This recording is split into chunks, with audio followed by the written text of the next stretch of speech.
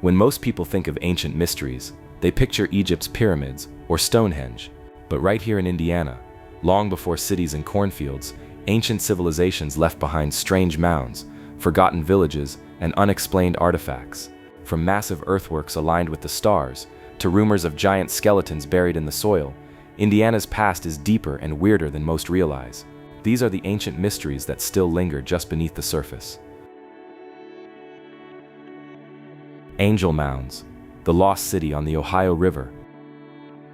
If you ever find yourself driving near Evansville, Indiana, right by the Ohio River, you might pass by a quiet stretch of land that doesn't look like much at first glance. But tucked into that riverside landscape is one of the most fascinating and mysterious places in the Midwest, Angel Mounds. This isn't just another historical site with a plaque and a few old stones. Angel Mounds was once a thriving city, home to a powerful culture that existed centuries before any European set foot in North America. Built and lived in between roughly 1000 and 1450 AD, it was a major center of the Mississippian culture, a society known for constructing massive earthen mounds, organizing complex communities, and trading goods across huge distances. At its peak, the Angel Mounds settlement spread out over 100 acres. That's about the size of 75 football fields. The whole area was enclosed by a wooden palisade wall, complete with bastions or guard towers. That setup suggests they were concerned about defense, but it also points to some kind of social structure. There was an inside and an outside, and not everyone was likely allowed in. Inside the walls, archaeologists have found traces of dozens of houses, storage buildings, open plazas, and most impressively, 11 large platform mounds. These weren't just random piles of dirt. They were carefully built, probably over many years, and served a real purpose. Most were flat on top, and likely held temples, ceremonial buildings, or homes of the elite. So in a way they were both religious and political centers, towering above the rest of the community. The largest of these, known as Mound A, is massive. It's over 600 feet long and 44 feet high. Imagine climbing up there back in the day, looking out over the rooftops and gardens of your city. If you were a leader or spiritual figure, that height wasn't just physical, it was symbolic. You were literally above everyone else. All around these mounds were the everyday signs of life. Archaeologists have uncovered broken pottery, stone and bone tools, and even objects that look like they were used in games or ceremonies. What's especially interesting is where some of these artifacts came from. Items have been found that originated as far away as the Gulf Coast and the Great Plains, hundreds of miles from Indiana. That means the people living at Angel Mounds weren't isolated. They were connected to a much larger world, trading, sharing ideas, and probably learning from distant cultures across what we now call the United States. But for all the physical evidence we have, there's still a lot we don't know. The Mississippians didn't leave behind a written language, so we're piecing together their story from what we dig up. And honestly, that story is still full of gaps. One of the biggest mysteries, why did they leave? Around 1450 AD, the city was abandoned. There's no clear sign of war, no widespread fire, and no mass graves to suggest a violent end.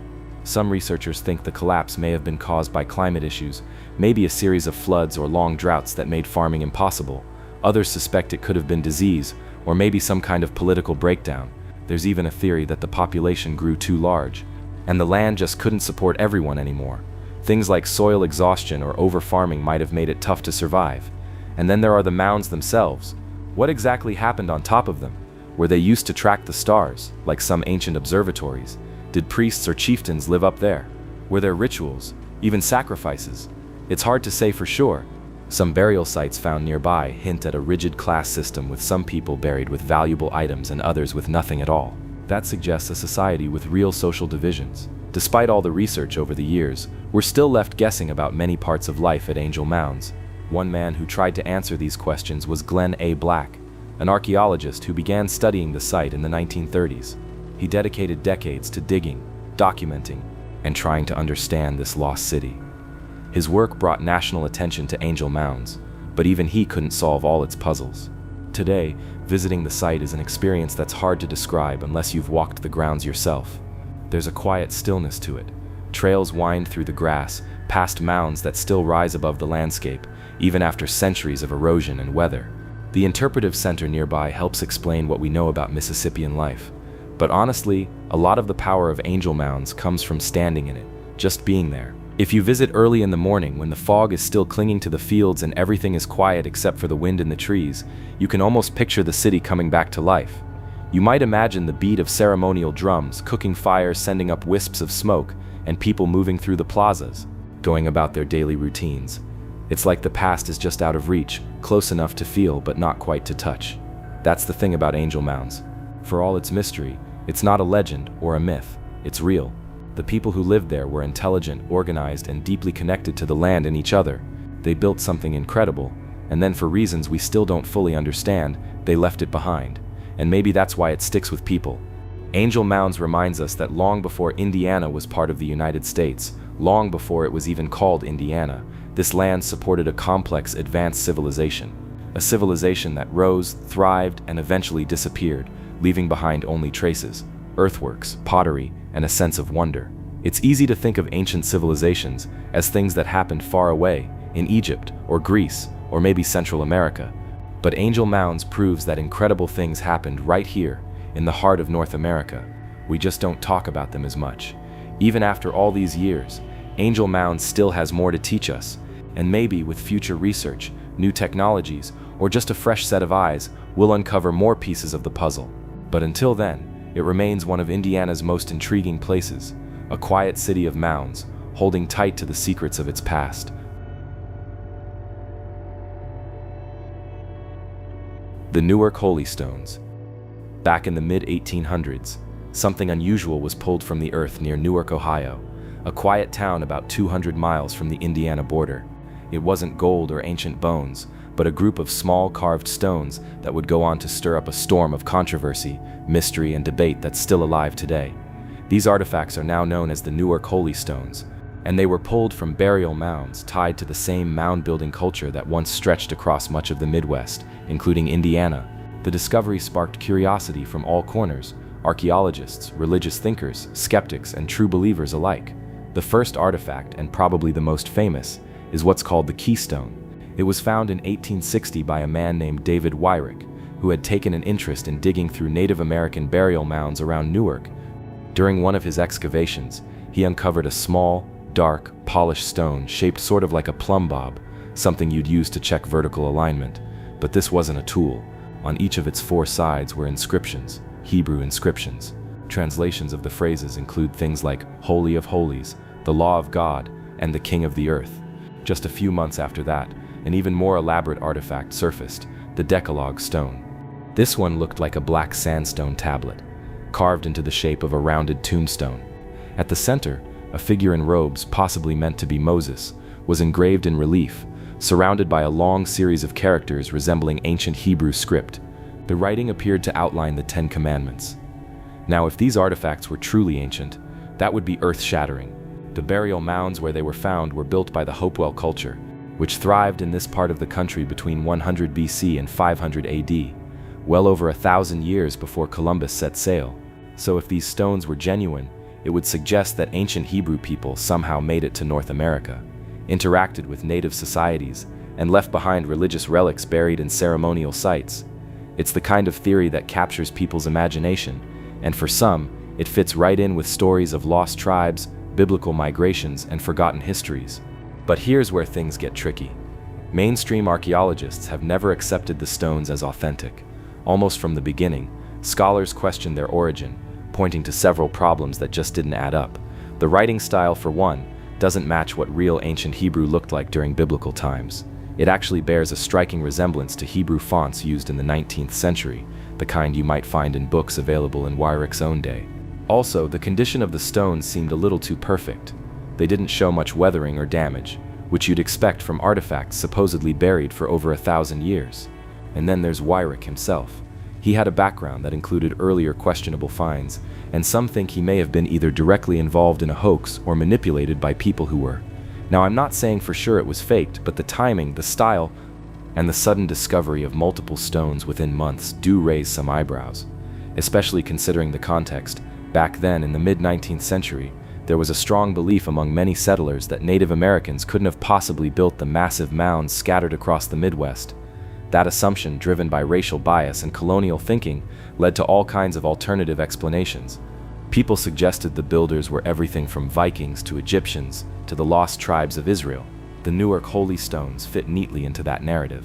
So if someone wanted to prove that the Bible had roots in the Americas or that the native mounds were really built by outsiders, these kinds of artifacts would have been incredibly convenient. That said, not everyone agrees the holy stones were forgeries. Some researchers argue that the detail, precision, and quality of the carvings suggest they were made with serious intent. They point out that it would have taken a lot of skill to pull off, and maybe even knowledge of ancient languages. There are also those who believe ancient transatlantic contact, whether by Hebrews, Phoenicians, or another Old World group, could explain it. Personally, I don't find that idea impossible. History is full of surprises, and we're still learning just how connected early civilizations might have been. But I also think we have to be cautious. A theory is only as strong as its evidence, and right now, the stone's origin is just too shaky to accept at face value. Still, I get the appeal. There's something exciting about imagining ancient voyages across the ocean, long before textbooks say they happened, and in a time when people were trying to make sense of new discoveries, these stones offered a kind of story, one that tied the new world back to the old. Here's an interesting footnote. Indiana, while not central to the Newark discoveries, does show up around the edges of this story. Some of the holy stones passed through private collectors in Indiana, and several Indiana-based antiquarians were strong supporters of what's called diffusionism, the idea that ancient cultures didn't develop in isolation, but were shaped by contact across oceans. And just like Ohio and Illinois, Indiana was once covered in earthen mounds, most of which have been destroyed over the years by farming or development. While nothing exactly like the Newark stones has turned up in Indiana, there have been rumors, 19th century newspaper clippings, and old local legends of inscribed tablets, metallic plates, and even so-called giant skeletons found in Indiana soil. Most of those stories are considered exaggerated, if not entirely fictional. Still, they show how hungry people were, and maybe still are, for a deeper, more mysterious version of history. So where are the Newark holy stones today? You can still see them, actually. They're housed at the Johnson Humrick House Museum in Coshocton, Ohio. The museum doesn't take a firm stance on whether the stones are real or fake. Instead, they let visitors make up their own minds. And I actually respect that. Presenting the evidence without pushing a conclusion lets people wrestle with the bigger questions for themselves. Because in the end, that's what the Newark holy stones really represent. A question: how do we decide what's real in archaeology? When something shows up that doesn't fit the timeline, do we write it off as a fake, or are we open to revising what we think we know? I don't think there's a perfect answer, but the fact that people are still talking about these stones more than 160 years later tells me they still touch something real. Maybe not in the literal historical sense, but in what they say about our need for meaning, connection, and stories that bridge the gaps between worlds. Whether the holy stones are clever forgeries, genuine outliers, or something in between, they've become part of the historical landscape. And for better or worse, they've made sure the mounds of the Midwest still have secrets worth uncovering.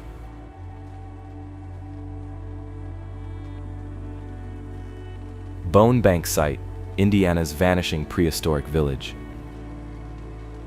Down near the southern edge of Indiana, where the Wabash River curves into the Ohio, there's a stretch of quiet farmland that barely hints at the history buried beneath it. You wouldn't think much of it at first glance, just open fields, a few trees, maybe the sound of water moving in the distance. But 200 years ago, this place drew attention for a completely different reason. Locals called it Bone Bank, and for good reason. Settlers in the early 1800s kept finding bones, a lot of them, human remains, animal bones, fragments of pottery, sometimes scattered across the surface, other times tumbling out of the riverbank as the Wabash slowly chewed away at the land. Some skulls were said to be unusually large. Some skeletons were buried with tools, copper ornaments, or clay vessels. It was like history was leaking out of the soil, a riverbank bleeding artifacts from a world no one remembered. But who were these people, and what happened to their village? Over time, archaeologists began piecing together a theory. The most widely accepted idea is that Bone Bank was once a major village of the Caborn-Wellborn people, a branch of the broader Mississippian culture that once dominated the American Midwest and Southeast. They lived in the lower Wabash Valley from around 1400 to 1700 AD, long after the great Mississippian cities like Cahokia began to fade. These people still built mounds, though not as many or as large. Their communities were smaller, more localized, but no less important. Bone Bank may have been one of their biggest towns. Built on a bluff above the Wabash River, the site offered a mix of natural defense, fertile land, and access to trade routes. From there, they could move goods up and down the river, connecting with other villages scattered across the region. Artifacts pulled from the site over the years suggest Bone Bank wasn't just isolated. Pieces of shell jewelry from the Gulf Coast, copper from the Great Lakes, and rare ceremonial objects made from distant materials have all been found there. These weren't simple farmers tucked away in the woods. This was a community plugged into a network, a regional hub with ties that stretched far beyond what we now call Indiana. But today, almost all of it is gone. The river, slowly and steadily, has been erasing the site for over a century. Early records from the 1800s describe settlers hauling off wagon loads of bones and pottery. Some of those remains ended up in museums, others were kept by collectors. There are even stories of local farmers using skeletons as fertilizer, with no idea or concern that they were disturbing one of the most important archaeological sites in the Midwest. And here's the part that really hits hard. Very little professional excavation was ever done. What we know about Bone Bank mostly comes from scattered museum collections, private letters, and a handful of field notes from the early 1900s. A few archaeologists tried to study the area, but by the time they got there, huge sections of the site had already collapsed into the river. Some early reports estimate that hundreds of people were buried at Bone Bank. Some graves held individuals with carefully placed offerings, tools, beads, ceramics. Others were simpler. There were also accounts of group burials, possibly mass graves, which raises even more questions. Was this a village hit by disease? Or was there some kind of conflict, a raid or a battle, that led to hurried burials and clustered graves? We don't know. With so little left to study, we may never know. And then, of course, there's the folklore. In the 19th century, newspapers and local stories started spreading tales of giant skeletons, men said to be over 7 feet tall, buried with massive stone axes and ceremonial items. It's hard to separate fact from exaggeration. Some of these reports probably got inflated over time, passed along by word of mouth, or used to sell papers. But these stories keep popping up in places where ancient mounds were disturbed, including Indiana. Personally, I think some of those old stories should be taken with a grain of salt, but not dismissed outright. Sometimes folklore holds a kernel of truth, even if it gets stretched along the way. If people were finding unusually large bones or burial objects that didn't match their expectations, they'd try to explain it however they could. There are also strange reports of unusual burial positions, skeletons found facing odd directions, or signs that some bodies were buried in haste. None of it gives us a complete picture, but it paints a haunting one of a village that may have suffered something sudden, something that left a lasting mark in the soil. What's frustrating is that Bone Bank never got the attention it probably deserved. Unlike better-known sites like Angel Mounds or Cahokia, Bone Bank quietly eroded away while most people weren't looking. There's no historical marker, no preservation effort, and no public access. What's left sits on private land, and much of the original site has likely slipped into the Wabash or been buried under farmland. But even in its near-erased state, Bone Bank still holds significance. If we'd been able to study it properly, it might have helped answer some key questions about what happened in the Midwest between the collapse of major Mississippian cities and the time European settlers arrived. This was a transitional period in North American history, and Bone Bank was right in the middle of it. What makes it stick with me personally isn't just the mystery, it's the missed opportunity. How many ancient villages like Bone Bank have disappeared, unrecorded, washed away, or paved over before anyone could understand what they were? That's what makes sites like this feel so fragile. They're finite, one of a kind, and once they're gone, that's it. No redos, no second chances. And yet, in a strange way, Bone Bank is still speaking.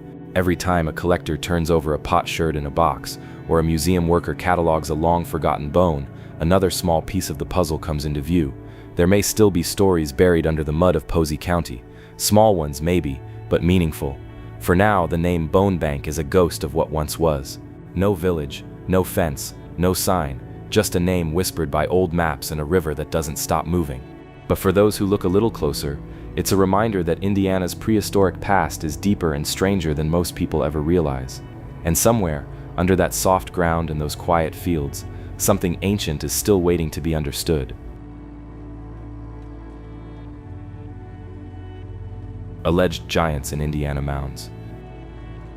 If you flip through old Indiana newspapers from the 1800s, you'll notice something odd. Tucked between stories about crop prices and town gossip, you'll find reports about giants being dug up from ancient burial mounds. We're not talking basketball tall. These stories describe skeletons 7, 8, even 10 feet long, and they weren't just big bones. These giants were supposedly buried with copper tools, stone axes the size of oars, and artifacts that didn't quite fit the picture of what people expected from Native American history. The stories usually go something like this. A farmer's plowing a field, hits a mound, and uncovers what looks like a giant skull. Word spreads. Locals come by to gawk. Maybe a self-proclaimed antiquarian shows up, and then the bones vanish either into a private collection, a museum basement, or just gone without a trace. Indiana has its fair share of these tales. Reports have popped up from Posey County, Knox County along the White River, around Anderson and Vincennes. Some of the most colorful accounts mention skeletons with double rows of teeth, massive jawbones you could supposedly wear like a mask, and skulls stretched longer than normal, what some folks call elongated. So what's behind all this? Are these just old stories that spiraled out of control, or did people really uncover something unusual? Let's start with what we know for sure. Indiana, like much of the eastern US, was once home to a series of mound-building cultures, namely the Edina, the Hopewell, and later the Mississippians. These societies built large earthen mounds that were used for burials, ceremonies, and maybe even astronomical tracking. When settlers moved in during the 1800s, they didn't really know what they were dealing with. To them, these were just big, mysterious piles of dirt, and unfortunately, many were dug up or leveled without much thought. That's when these giant stories started appearing. And for a while, they were treated like real news. You can find 19th century articles and even a few early Smithsonian reports mentioning unusually large skeletons. But as archaeology became more professionalized, the tone shifted. Scientists began calling out these stories as misidentified bones, exaggerations, or flat-out hoaxes. Still, not everyone bought that. Over the years, fringe researchers and alternative history fans have kept the idea alive. Some believe the skeletons belong to a forgotten race, maybe even older than the Edina. Others link them to the Nephilim mentioned in the Bible. A few go further, suggesting ancient travelers from distant lands or even Atlantis. Mainstream archaeology doesn't support any of that, but it hasn't stopped the theories from spreading. Now, let's be fair. There are some reasonable explanations for how these stories may have gotten started. 1. Misjudged measurements. Back in the 1800s, people didn't have laser levels or forensic tools. A few large bones sticking out of soft earth could look way bigger than they were, especially if they were scattered or warped from time. Combine that with a bit of local excitement, and suddenly you've got a 10-foot giant. 2. Tall individuals in native cultures. Not every skeleton found in a mound was 5 foot 5 inch. Some people were naturally taller. 6-footers weren't common, but they weren't unheard of either. In a time when most men were under 5'7", someone buried at 6'4" with ceremonial items could definitely seem giant-like. 3. Skull deformation and dental oddities. Some native groups practiced skull shaping, binding infants' heads to create elongated skulls. It was a cultural marker, not a sign of anything supernatural. Likewise, crowded or worn teeth might look like double rows to someone unfamiliar with dental pathology. 4. Sensationalism and hoaxes. This was also the golden age of wild headlines. Newspapers were in fierce competition, and a bizarre archaeological story could sell copies fast. 8-foot skeleton found in cornfield was a lot more exciting than more pottery shards found in mound. Still, even with all those possibilities, the sheer number of stories makes some people wonder, especially when you realize that no one ever did a proper statewide survey of these reports. Most of the original bones are gone. A lot of the finds were never cataloged properly, especially before formal archaeology took off in the 20th century. Some researchers suspect that things were intentionally buried, not in the ground but in bureaucracy. There are claims that the Smithsonian collected large bones in the 1800s but never followed up. Others say the finds were lost because they didn't fit the prevailing narrative of who lived in North America and when. Whether that's true or not, it adds fuel to the mystery. Of course, skeptics point out that no verified skeleton taller than 7 feet has ever been officially documented from an Indiana mound using modern standards, and until that happens, the academic view is pretty straightforward. The giants of Indiana are likely a mix of tall individuals, misinterpretations, and old-fashioned tall tales. So where does that leave us? For me, and I think this is a reasonable middle ground, it's clear that something interesting was going on. Whether that's misunderstood evidence, forgotten finds, or just a lot of cultural noise, these stories mean something. Even if the physical giants never existed, the legends are real. They've become part of Indiana's historical imagination, folklore rooted in genuine curiosity, and a time when people were stumbling across strange remnants of the past in their own backyards. And let's be honest, mystery has always been part of archaeology. Not everything gets solved. Not every question gets a neat answer. That's what makes history worth exploring. Today, the tales of Indiana giants live on mostly in dusty newspaper archives and local lore. But if you ever find yourself wandering near an old mound, especially as the sun starts to set and the fog begins to creep in, it's not hard to imagine one of those ancient giants still resting below, just waiting for the earth to shift again. The Vincenins Petroglyphs, Indiana's fading rock writings. Just off the Wabash River near Vincennes, Indiana, there's a patch of exposed limestone that doesn't look like much at first glance. You could walk right past it without noticing anything unusual. But if you stop, look closely, and let your eyes adjust to the light and texture, something starts to emerge. Faint lines, strange patterns, shapes that might be animals or something else. These are the Vincenins Petroglyphs, Indiana's quiet, crumbling connection to a prehistoric past. You won't find any road signs pointing you there.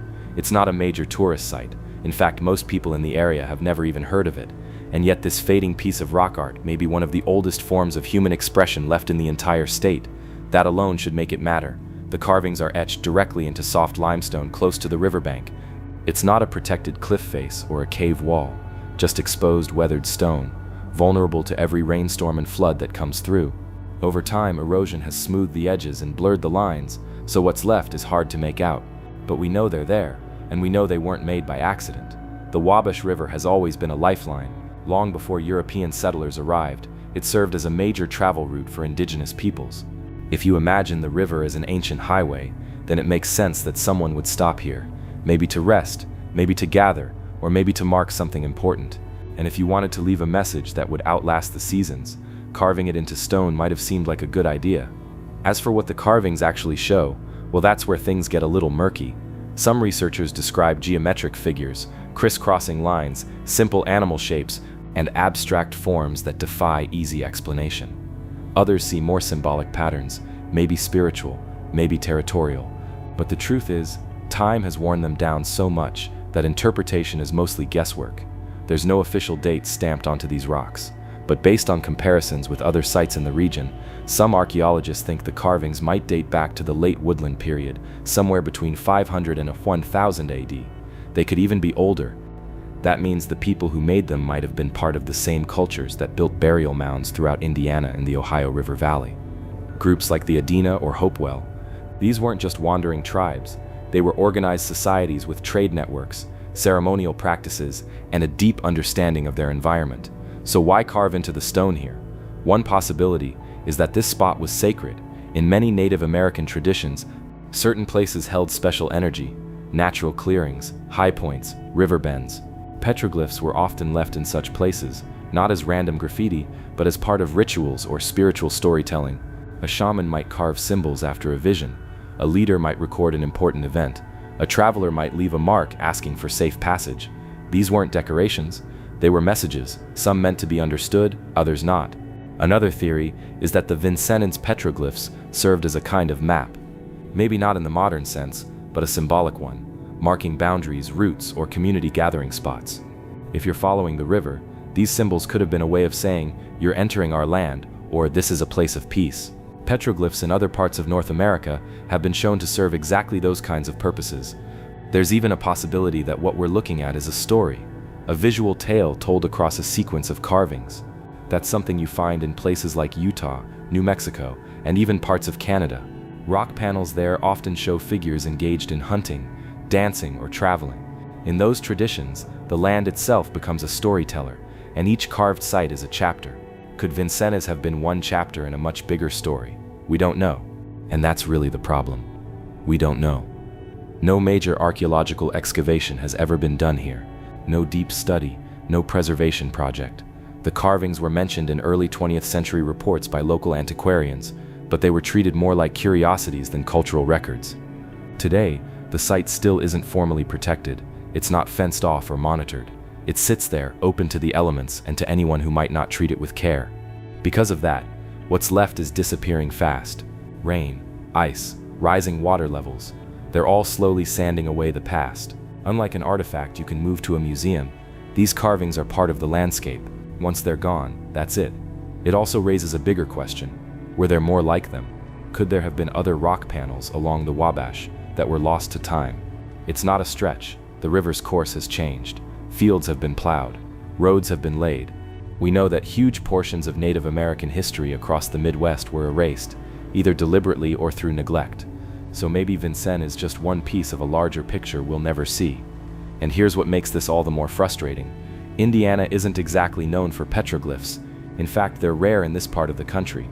Most ancient cultures here left their mark in other ways, through earthworks, mounds, pottery, and oral traditions. Rock carvings were not the norm, which makes this site even more special. It's an outlier, a whisper from a time and culture we barely understand. You'd think that would be enough to spark serious interest, but instead the Vincenins Petroglyphs remain in a kind of historical limbo. Too worn to draw tourists, too obscure to attract big research funding, too fragile to wait much longer. So what do we do with something like this? Do we chalk it up to just another forgotten artifact, or do we try to hold on to what's left, even if the meaning is unclear? Here's my take, and I'm trying to stay neutral here. We may never fully understand what these carvings meant. We may never find out who made them, or what they were trying to say, but that doesn't make them meaningless. On the contrary, the fact that someone centuries ago chose to carve into stone instead of wood or soil tells us something. It says they wanted this message to last. They believed it mattered, and even if we don't speak the language anymore, maybe the most respectful thing we can do is admit that they had something worth saying. So if you're ever in southern Indiana, near the quiet edges of Vincennes, take a detour. Look for the limestone. Let your fingers trace the worn grooves. You won't find a plaque or a guide, but you might feel something else. A quiet connection to people who came before, trying to speak across time. And maybe, just maybe, you'll hear the echo of a story we're still trying to understand. The Anderson Mounds, Indiana's silent circles of earth and sky. Just off the highway in Anderson, Indiana, there's a quiet stretch of land that most people drive past without giving much thought. It's green, wooded, peaceful, your typical Midwestern state park. But tucked inside this unassuming space is something truly ancient and deeply mysterious, the Anderson Mounds. Now I know mounds doesn't exactly sound exciting, but once you realize what they are and how long they've been here, it kind of changes everything. These aren't just hills, they're man-made earthworks, laid out with incredible precision by the Hopewell people over 2,000 years ago. That's long before Columbus, before the pyramids of Chichen Itza, even before the Roman Empire hit its stride. And they're still here, shaped into perfect circles and long ridges, hiding in plain sight. The centerpiece of the site is called the Great Mound. And when you walk up to it, you start to feel it. It's not just a random pile of dirt, it's deliberate. The mound forms a giant circular embankment about 400 feet across, with a wide entryway cut into one side. If you stand in the center and look through that entryway at sunrise on the summer solstice, you'll see something incredible. The sun rises right through that gap, and it's not by accident. This is the part that really sticks with me. The Hopewell builders weren't just stacking dirt. They were building a place that lined up with the sky. That tells us they were watching the sun and moon, probably for years, figuring out how to measure time using the movement of light. To them, this mound may have been part sacred space, part calendar, part gathering place. It's like a combination of Stonehenge and a natural amphitheater, made out of earth by hand, with nothing but simple tools. Inside the Great Mound is a raised platform, which archaeologists think was used for ceremonies or rituals. They've found post holes here, which means there were likely wooden structures standing inside the ring, maybe a temple, a lodge, or something else with spiritual significance. But no written records exist, and no one really knows what was said or done inside those circles. It leaves a lot to the imagination, but also a deep sense of respect. You're looking at something people built with serious purpose, and whatever that purpose was, it mattered enough to align with the sun. Across the park, there are 10 mounds in total.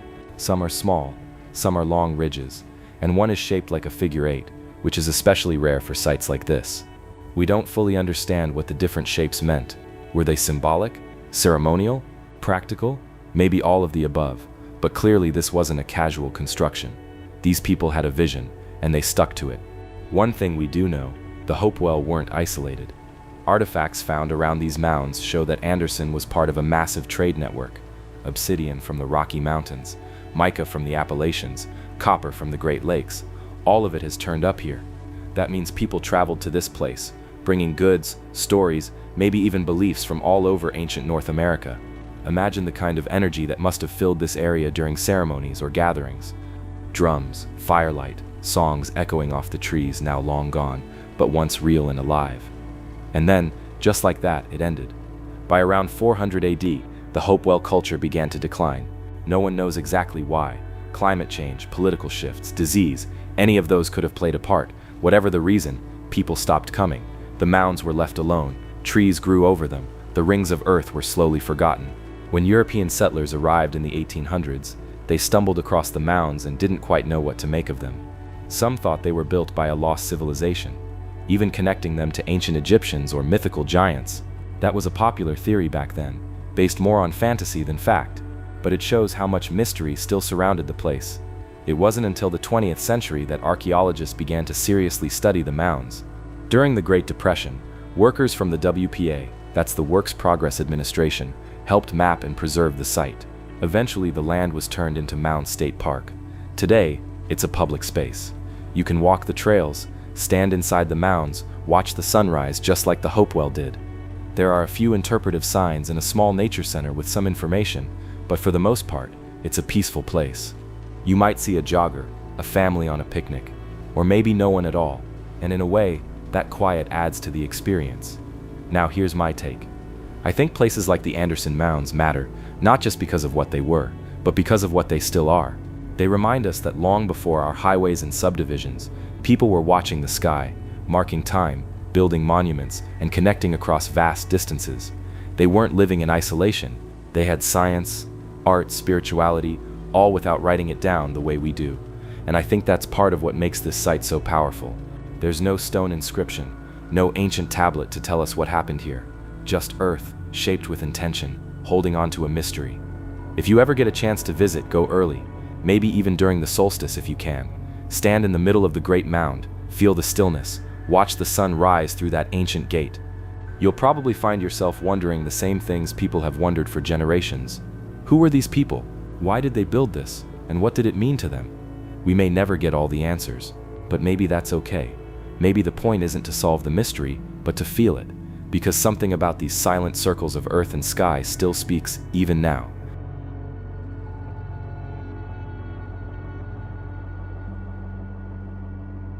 The Kankakee Mounds and village sites echoes from a lost river culture. If you head up to the far northwest corner of Indiana, it might not look like much at first: flat farmland, patches of woods, and the slow-moving Kankakee River winding through it all.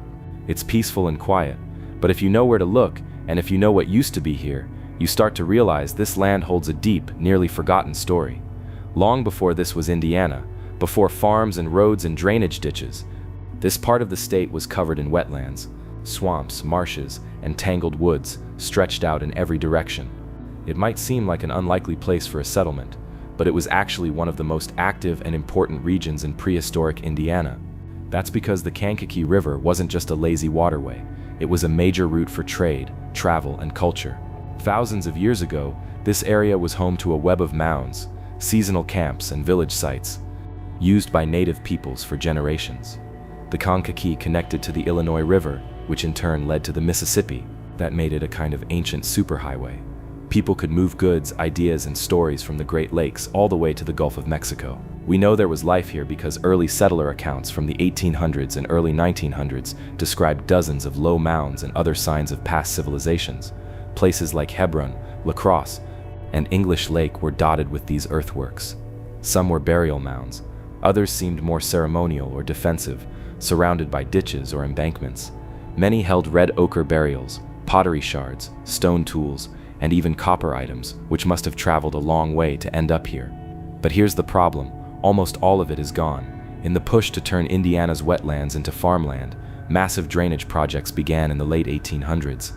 The Kankakee Marsh, once one of the largest wetlands in the US, was drained, plowed, and reshaped, and with it many of the mounds were destroyed. Some were leveled by farmers who had no idea what they were, others were looted, some artifacts ended up in dusty museum collections, others were probably thrown away or lost forever. For archaeologists today, this loss is frustrating. There was so little formal excavation, so little time to document what was there before it vanished. It's like reading the first page of a book, then realizing the rest was thrown into a fire. Still, we do have some clues. The artifacts that were found, along with pottery styles and tools, suggest that the Kankakee region was used by different groups over a very long time. The Hopewell culture likely passed through or settled here between 100 BC and 500 AD. Later Algonquian-speaking peoples, including ancestors of the Potawatomi and Miami, probably used the area for seasonal hunting and gathering. The river and wetlands provided everything they needed: fish, wild plants, birds, and shelter. But it wasn't just a hunting ground. The presence of mounds and repeated occupations hints at something more permanent. People likely returned here year after year, possibly even across generations. Some believe it was a regional meeting place, a trade hub, or even a ceremonial gathering spot where different groups could interact peacefully. And there's more. Some of the pottery styles found in this area show a blend of local designs and outside influence from the Mississippi Valley, the Great Lakes, and even farther south. That suggests the Kankakee wasn't just isolated, it was connected, part of a much larger network of ancient North American cultures. Local stories only add to the mystery. Early settlers told of finding bark-wrapped burials, unusual stones, and sometimes very large bones, adding to the old legend of giants buried in Midwestern mounds. Now, there's no hard scientific evidence of actual giants, but these stories pop up so often in old reports that it makes you wonder what early farmers really saw when they dug up their fields. Unfortunately, almost none of the mounds remain. You might come across a slight rise in a field or a line of trees that looks like nothing at all, but it could be covering what's left of a burial site. Some locals still find arrowheads, scrapers, or bits of pottery after a heavy rain, just tiny fragments now, hinting at what used to be. Unlike preserved sites like Angel Mounds or Mounds State Park, the Kankakee Mounds were mostly erased before anyone could study them properly. It's a quiet mystery now, the kind that doesn't make headlines but lingers under the surface, literally. And it brings up a tough question: what have we lost? This wasn't just a few burial mounds or scattered campsites. It might have been a whole regional culture, tied together by water and trade, with its own traditions, ceremonies, and knowledge of the land. And now most of it's under soybean fields, with only bits and pieces left behind. You don't need a huge monument to feel the weight of that loss. Even just hearing someone say, "My grandfather found bones in the field," or "We used to pick up arrowheads by the riverbank," is enough to stir something in you. It's a reminder that beneath the surface of the everyday world, there's a deeper layer, a world that existed long before us, and left behind only the faintest trace. There's still a chance to learn more. A few archaeologists are trying to map and identify what remains. Some locals are working to preserve small patches of land they believe were once part of the ancient village areas. It's slow work, but not impossible. And the more attention we give to places like this, the more likely we are to protect what's left. In the end, the story of the Kankakee Mounds isn't just about what we've lost. It's also about what we choose to remember, about whether we're willing to listen to the land, even when it whispers instead of shouts. And maybe, just maybe, some of those whispers still carry the echoes of the people who once called this river home.